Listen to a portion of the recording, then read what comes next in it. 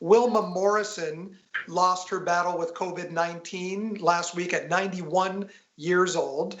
Here to talk about Wilma, we have Ayo Adewumi joining us. Ayo, thanks for joining us today. Thanks for having me.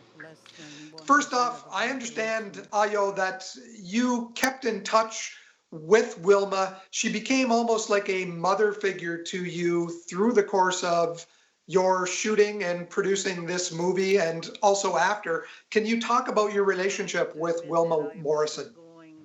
Well, I've always heard about Wilma Morrison.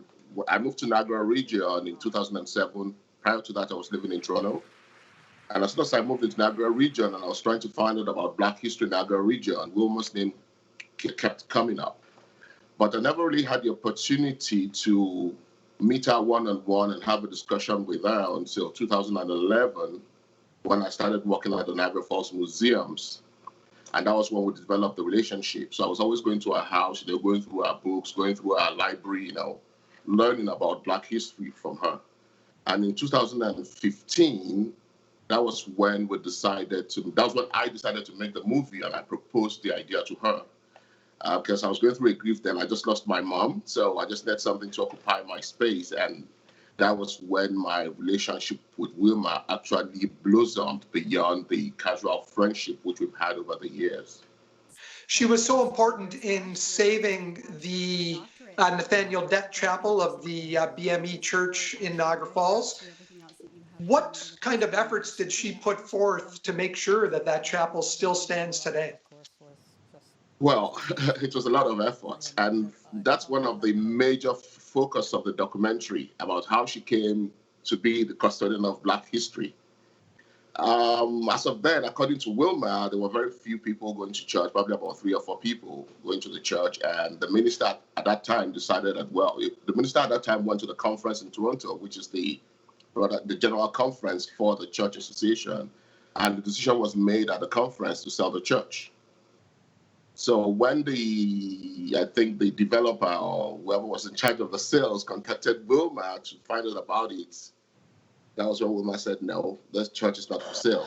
Because as of then, the church is still the only evidence of Black civilization in Niagara Falls. You go all over Niagara Falls now, there's nothing to point out that Black people ever lived in Niagara Falls except that church. And it wasn't just a church for them. It was a community center. It was a congregation center. It was where they had all their meetings. It was where they had all the trainings. All the young people went there for vocational studies, learning to sew, learning to cook, learning to do all sorts of things. So it was more of a community center than just a church. And in the couple of times that I was able to sit down and talk with her, I talked with her at the church one day. We also caught up with her at the Voices of Freedom Park opening in Niagara-on-the-Lake. She was always very approachable, and she would always enjoy just sharing that history. And it was a very easygoing relationship anytime I was able to sit down and talk with her. It was like talking to my aunt. That's just Wilma for you. I mean, that's one of the qualities that I admire about her, her openness. She's just very open. You meet Wilma 1 minute and the next minute she's interacting with you as if she has known you all her life. She's very open, very approachable.